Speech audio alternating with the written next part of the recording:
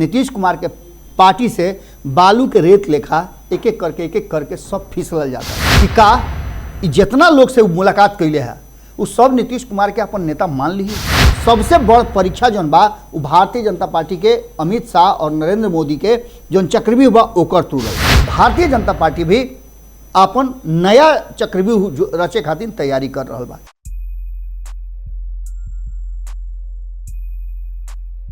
जख्म सहला सहला के भरमावल जाला, जख्म सहला सहला के भरमावल जाला, घाव कुरेद कुरेद के मरहम लगावल जाला।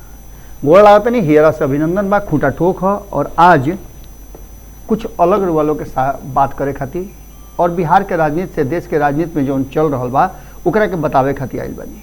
आज रुआ देखले जरूरे होकब कि कौना कौना विषय पर बात हुई। तो सबसे पहला बात बा नीतीश कुमार के प्लान जौन बा वो हैक हो गई बा और उनका प्लान हैक भइला से बहुत सारा ऐसा चीज़ बा जौन की अब दूसरा दिशा में डाइवर्ट होके लागल बा। अब एकरा के लेकर के रुआ से बात करब तो रुआ कहब कि महाराज रुआ तो गजबे बात करतनी, अभी शुरुओ ना भइला हैको हो गई वो सब काम केला गड़बड़ा गई। तो एकरा खातिर रुआ के जब आगे बताई तो रुआ समझ में आए कि कैसे उनका प्लान हैक भइल बा और का एकरा बाद होके जा रहा बा। तो सबसे पहले विपक्षी एकता के फैक्ट चेक होके लागल बा। एकरा में लेकर के बहुत सारा ऐसा बात बा जो नीतीश कुमार जी तैयारी तो करता, बातचीत चल रहा बा, लेकिन पटरी पर बा कि ना इस सबसे महत्वपूर्ण बा। एकरा पहले रुआ देखले हो कब कि लगातार नीतीश कुमार जी और उनकर पार्टी के जो राष्ट्रीय अध्यक्ष बा उनकर कहना रहे कि 40 सीट पर रोक करके भारतीय जनता पार्टी के और सत्ता से बाहर कर दे। तो एकरा के फैक्ट चेक करे खातिर और नीतीश कुमार के पूरा प्लान हैक हो गए के पीछे के पूरा रुआ के स्टोरी बताओ तनी। नीतीश कुमार अब तक केकरा से भेंट कैले तो नीतीश कुमार कांग्रेस से भेंट कैले जिनका लगे 52 गो सीट बा। नीतीश कुमार ममता बनर्जी से भेंट कैले जिनका लगे 22 गो सीट बा। नीतीश कुमार अब तक वाईएसआर कांग्रेस के से भेंट कैले जौन की अपने डायरेक्ट ना ओकरा में माध्यम बनले तेजस्वी यादव, उनका से भी भेंट कैले, मान लेता नहीं उनको संगे सब कुछ तय बा। शिवसेना से भेंट करे वाला बाड़े, हालांकि एकरा खातिर वो अपना सबसे विश्वस्त जौन बाड़े उनका के भेजले रहन देवेश चंद्र ठाकुर के, उनका से बातचीत भई और यह बातचीत में शिवसेना से भी भेंट उन पर हो गई। मान ले कि नीतीश कुमार जाए वाला बाड़े 11 तारीख के, नीतीश कुमार के साथ सब कुछ तय हो जाए, ये भी मान लेता नहीं हम। लेकिन एकरा साथ साथ नीतीश कुमार के आपन जौन बा वो तो पार्टी बढ़ले बा। नीतीश कुमार के साथ लालू प्रसाद के पार्टी बा यानी तेजस्वी यादव के पार्टी बा। एकरा बाद एनसीपी के भी मान ली जब जइया मुंबई तो वो लोग से भेंट करबे करी हैं, 5 गो सीट उनको लगे बा, उनको से भेंट हुई। अकाली दल भी जब भारतीय जनता पार्टी से अलग बा, नरेंद्र मोदी के विरोधी खेपा में बा, तो उनको से भेंट चीट हुई, ओकरो बात मान ली। चूँकि एक चीज़ तय नजर आ रहा बा कि एकरा में आम आदमी पार्टी से भी उनका मुलाकात भई। एकरा अलावे लगातार हुआ देखी कि CPI, CPM, national conference, Jharkhand Mukti Morcha, इस सब लोग से उनका लगातार भेंट हो रहा, समाजवादी पार्टी से भेंट हो रहा बा। और इस सारा लोग के सीट अगर मिला ली तो इतना नहीं के होत कि नरेंद्र मोदी के कुर्सी पर से उतारल जा सके। वर्तमान के हम बात करते नहीं, अब ये वर्तमान में नीतीश कुमार के का परिवर्तन हुई, कितना मजबूती के साथ सबके जोड़ के आगे बढ़ी है, ये अलग बात बा। लेकिन अभी वर्तमान जौन बा वो ये बात के तरफ इशारा कर रहा बा कि भारतीय जनता पार्टी के 303 सीट में नीतीश कुमार के अगर 16 सीट जोड़ घटा दी तबू कोनो अंतर नहीं के पड़ेगे। और नीतीश कुमार के बार बार कहना बा कि 543 में 272 ले आवे के हमनी के तैयारी शुरू बा, यानी कि सत्ता पर बैठे के विपक्ष के तैयारी शुरू बा। लेकिन जौन वर्तमान बा ओकरा में एगो बात रुआ समझ ली है, आगे रुआ लोग के जो एपिसोड बा वो भारत लाइव पर हुआ के पंचनामा पर दिखाई और बताई कि एकरा में बहुत कुछ का बा। लेकिन खूंटा ठोक के दर्शक खातिर ये शुभचिंतक रुआ लोग बानी उनका खातिर बता दी कि नीतीश कुमार के जौन भ्रम बा, हमने की कहती बात, ये बात भारतीय जनता पार्टी कह रहा बा कि नीतीश कुमार के भ्रम बा और ये भ्रम उनका हर 5 साल 10 साल के बाद हो जाला। 2014 में भी भ्रम भई रहे तो भ्रम टूट गई, 2 गो पा के लटक गई है।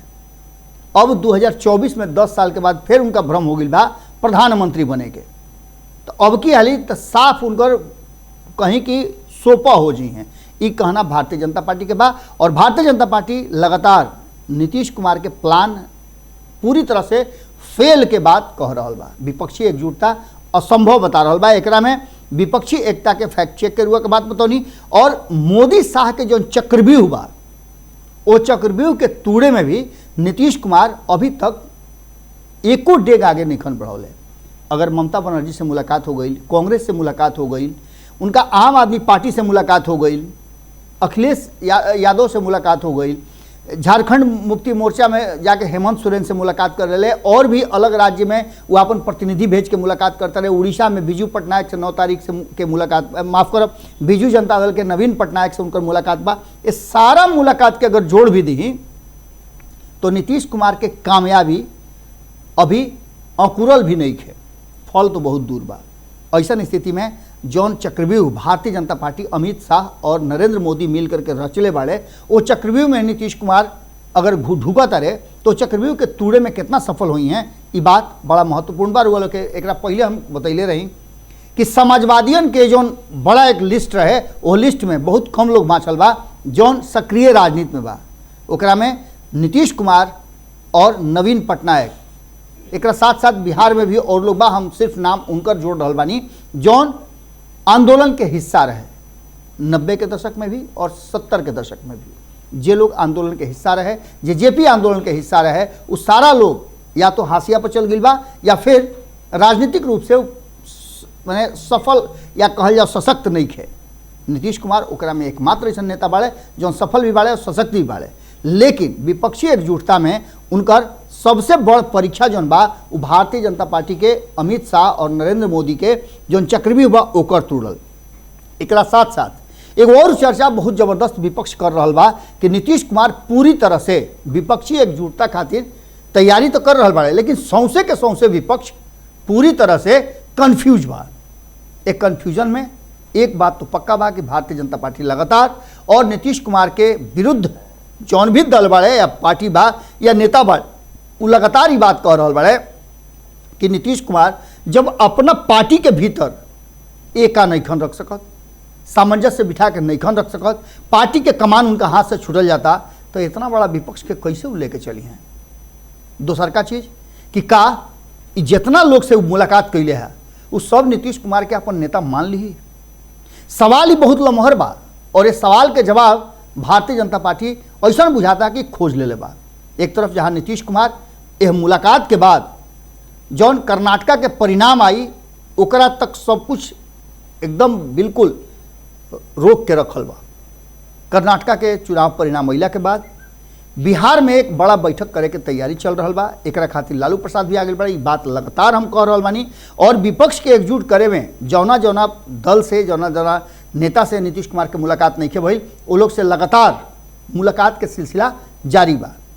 इस सब में जहाँ एक तरफ नीतीश कुमार मुलाकात और भेंट करे के बात करता रहे, विपक्षी एकजुटता के बात करता रहे, ओजे दूसरा तरफ भारतीय जनता पार्टी भी अपन नया चक्रव्यूह रचे खातिर तैयारी कर रहा बा।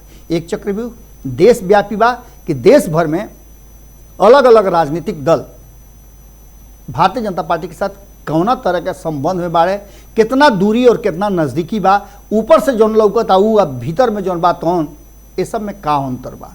एक साथ सबसे बड़ बात बा कि भारतीय जनता पार्टी विपक्ष के एकजुटता के साथ साथ एनडीए के कुनबा बढ़ावे खातिर सेंधमारी शुरू कर दिले बा, चाहे वो नेता के रूप में होके या फिर महागठबंधन में जो एक बड़ा कैनवास पर तस्वीर खींचे के तैयारी चल रहा बा, ओकरा में से कई गो नेता के छांट छूट के अपना देने ले आवे के तैयारी शुरू कर दिले बा।